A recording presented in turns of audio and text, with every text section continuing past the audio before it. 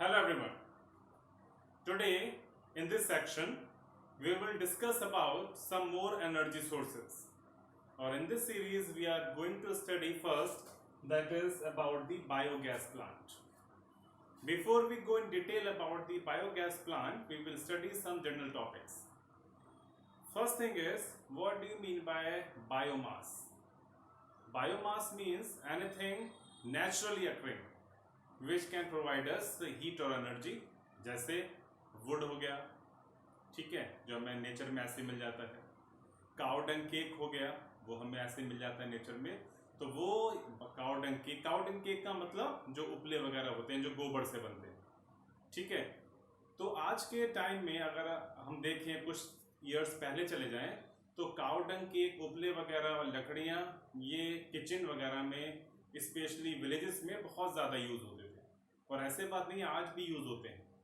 लेकिन जब लगातार डेवलपमेंट हो रहा है, अब हर घर में एलपीजी के सिलेंडर्स हैं, ठीक है, इलेक्ट्रिसिटी है, तो इन चीज़ों का यूज़ कम हो गया.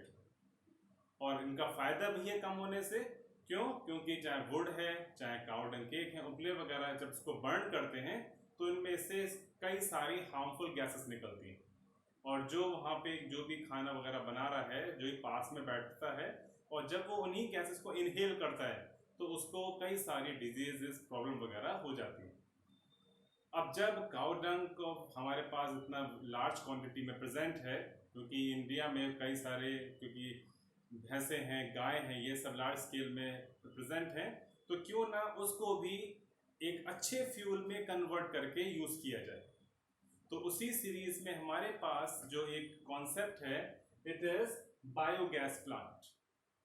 बायोगैस प्लांट वैसे तो बहुत लार्ज क्वांटिटीज में नहीं है, लेकिन एक बहुत बेटर कॉन्सेप्ट है कि हम एक वेस्ट प्रोडक्ट को एक अच्छे फॉर्म में कन्वर्ट कर सकते हैं.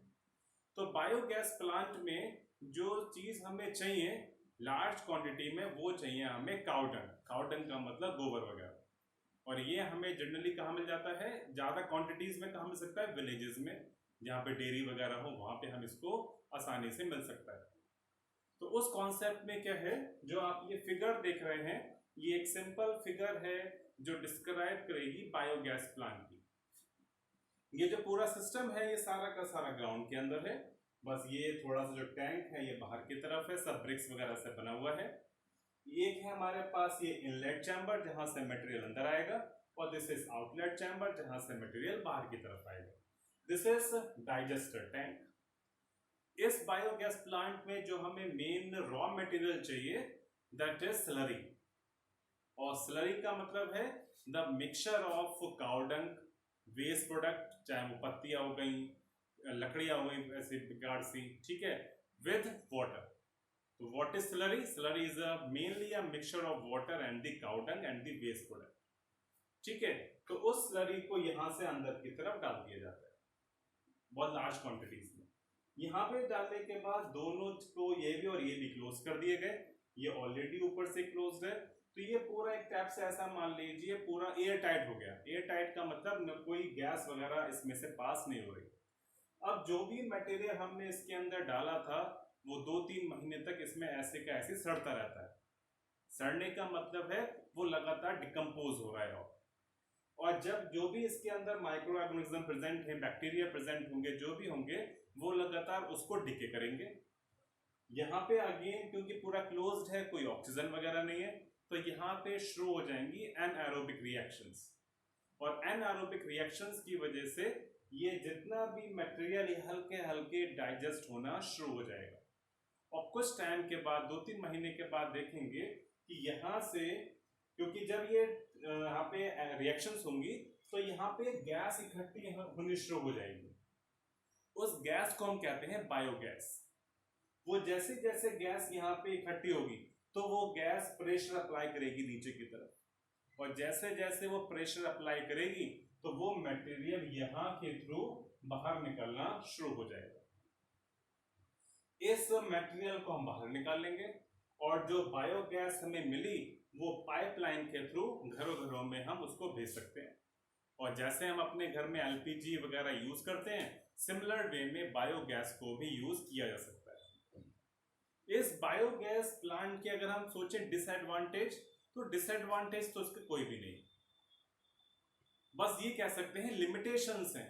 लिमिटेशंस कैसी हैं कि इसमें बहुत लार्ज अमाउंट में हमें बायोगैस नहीं मिलेगी, और लार्ज अमाउंट में नहीं मिलेगी तो वो भी बैटरी है कि जो हमारा वेस्ट प्रोडक्ट था वो किसी तरह से यूटिलाइज तो हो रहा है। इस बायोगैस प्लांट के दो मेजर यूज हैं, या फायदे कह सकते हैं, यूज के नहीं फायदे।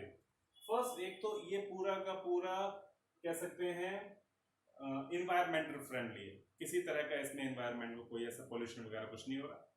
दूसरा डिसएडवांटेज, वेस्ट प्रोडक्ट यूज हो रहा है इसमें, ना ही हम किसी फॉसल फ्यूल को जला रहे हैं, कुछ नहीं कर रहे हैं ऐसा, तो जो भी अभी वेस्ट प्रोडक्ट आउटिंग वगैरह वो यूज हो रहा है।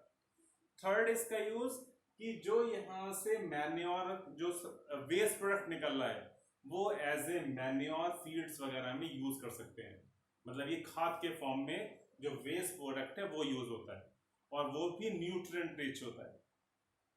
नाइट्रोजन फॉस्फोरस वगैरह इसके अंदर प्रेजेंट होते हैं जो कि सॉइल वगैरह को चाहिए होते हैं। तो ये इसका मेजर प्लस पॉइंट है। फर्स्ट मेजर प्लस पॉइंट, कोई हार्मफुल गैसेस वगैरह रिलीज नहीं हो रही, कोई पॉल्यूशन नहीं हो रहा है, कोई फॉसिल फ्यूल यूज नहीं हो रहा।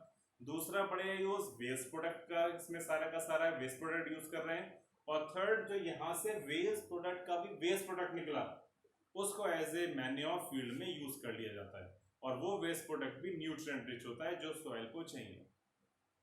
अब बात करते हैं बायोगैस की। जो हमें यहाँ पे गैस मिलती है it is called as biogas. Biogas contains, biogas के अंदर 4 चीजें होती हैं, methane, hydrogen, hydrogen sulphide and carbon dioxide. और इसमें जो मीथेन होती है इसकी कंटेंट सबसे ज्यादा होती है, इट इज नियर अबाउट 75%। ठीक है, so this is about the biogas plant. I hope you have all understood about this topic. What is the renewable source of energy too? Clear? Now in this series we are going to study some more renewable sources of energy. और अब जो हम कुछ और renewable sources of energy के बारे में पढ़ेंगे वो अभी हमारे इंडिया में या पूरे वर्ल्ड की भी बात करें तो बहुत लार्ज स्केल में अभी तक यूज नहीं हो पा रहे हैं, उनके कुछ लिमिटेशंस है उसको भी पढ़ेंगे। पर एक हमारे पास कॉन्सेप्ट है कि उनको भी हम ऐसे यूज कर सकते हैं टू जनरेट इलेक्ट्रिसिटी या और अदर फॉर्म्स में। तो इस सीरीज में जो हमारा जो कॉन्सेप्ट है it is energy from the sea. Sea से भी हम एनर्जी को हार्नेस कर सकते हैं, और सी से जो हम हार्नेस कर सकते हैं उसका जो फर्स्ट कॉन्सेप्ट है इट इज टाइडल एनर्जी।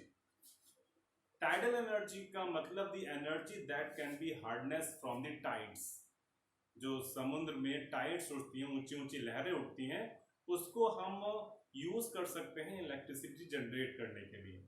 और इसके पीछे जो कॉन्सेप्ट है वो ये है कि जिन एरियाज में टाइड्स रेगुलर आती हैं तो उन एरियाज में हम डैम टाइप के स्ट्रक्चर्स बना दें।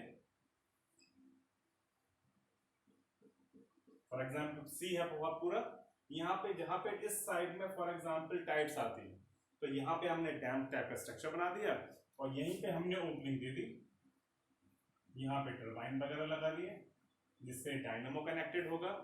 अब जैसे, और ये पूरा सी है,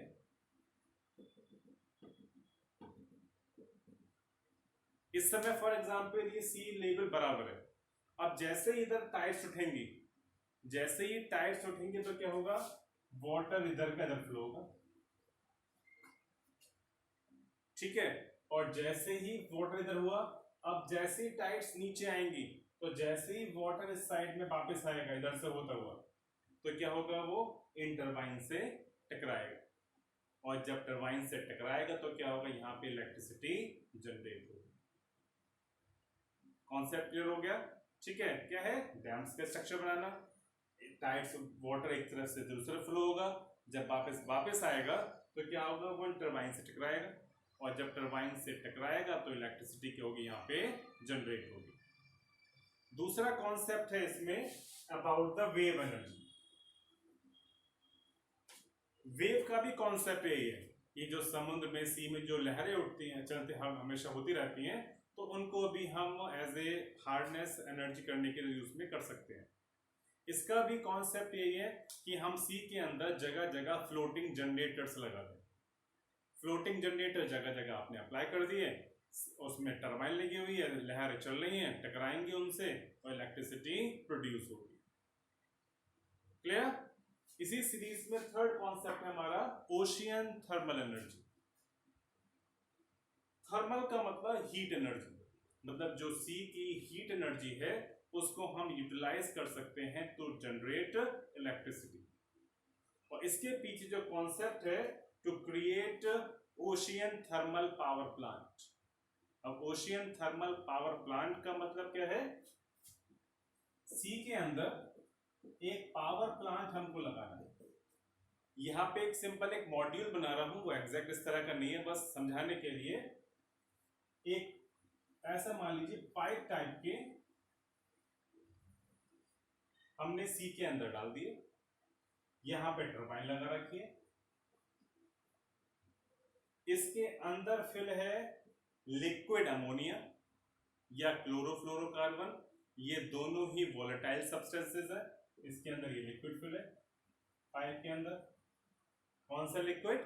लिक्विड अमोनिया या फिर क्लोरोफ्लोरोकार्बन। अब कॉन्सेप्ट क्या है, वर्ड क्या है? Ocean thermal energy. थर्मल का मतलब हीट, अर्थ की हीट एनर्जी को यूटिलाइज करना है। तो उसमें क्या होगा, सॉरी सी की हीट एनर्जी को यूटिलाइज करना है। तो होगा क्या, जैसे सनरेज पड़ी तो जैसे ऊपर के पानी पे पड़ेंगी तो क्या होगा, टेम्परेचर बढ़ेगा उसका। जो नीचे का वाटर है वो थोड़ा सा अलग टेम्परेचर पे होगा। तो यहाँ पे जो कॉन्सेप्ट है वो ऊपर और नीचे वाले के जो वाटर लेवल है यहाँ का जो लेवल है, उनके टेम्परेचर डिफरेंस जो होना चाहिए वो लगभग 20 डिग्री सेल्सियस का होना चाहिए। First concept. दूसरा, ये जो लेंथ है ये लगभग 1 to 2 किलोमीटर की होनी चाहिए।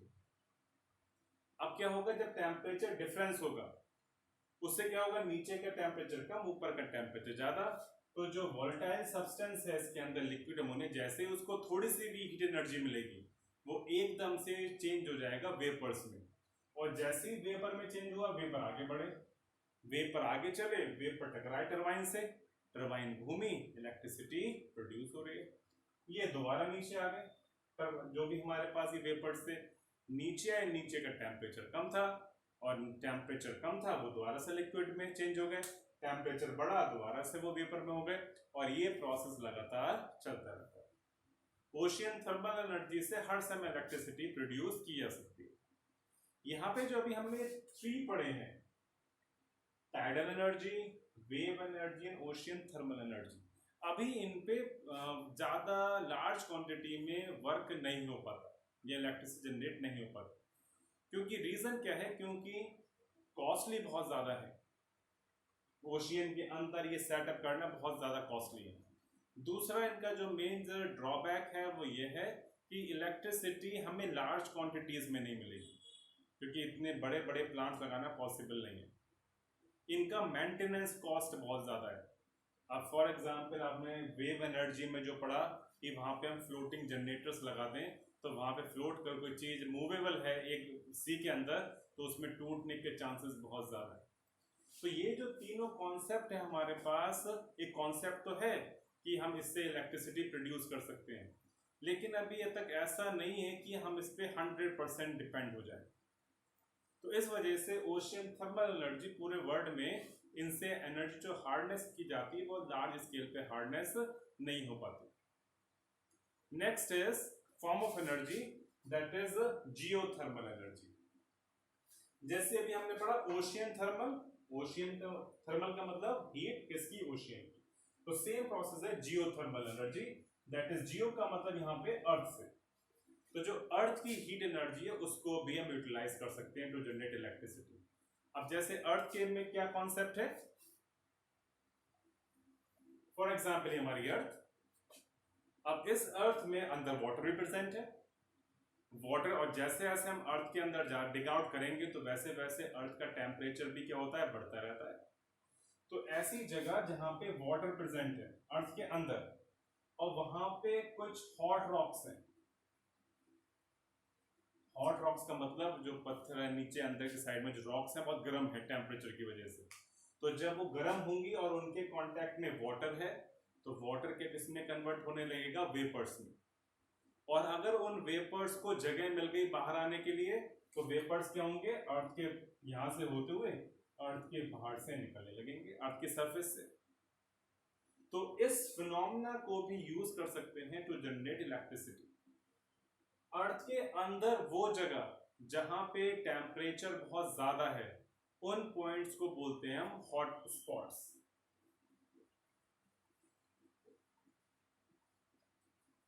हॉट स्पॉट्स का मतलब अर्थ के अंदर वो जगह जहां पे वाटर प्रेजेंट है वहां का टेम्परेचर बहुत ज्यादा है।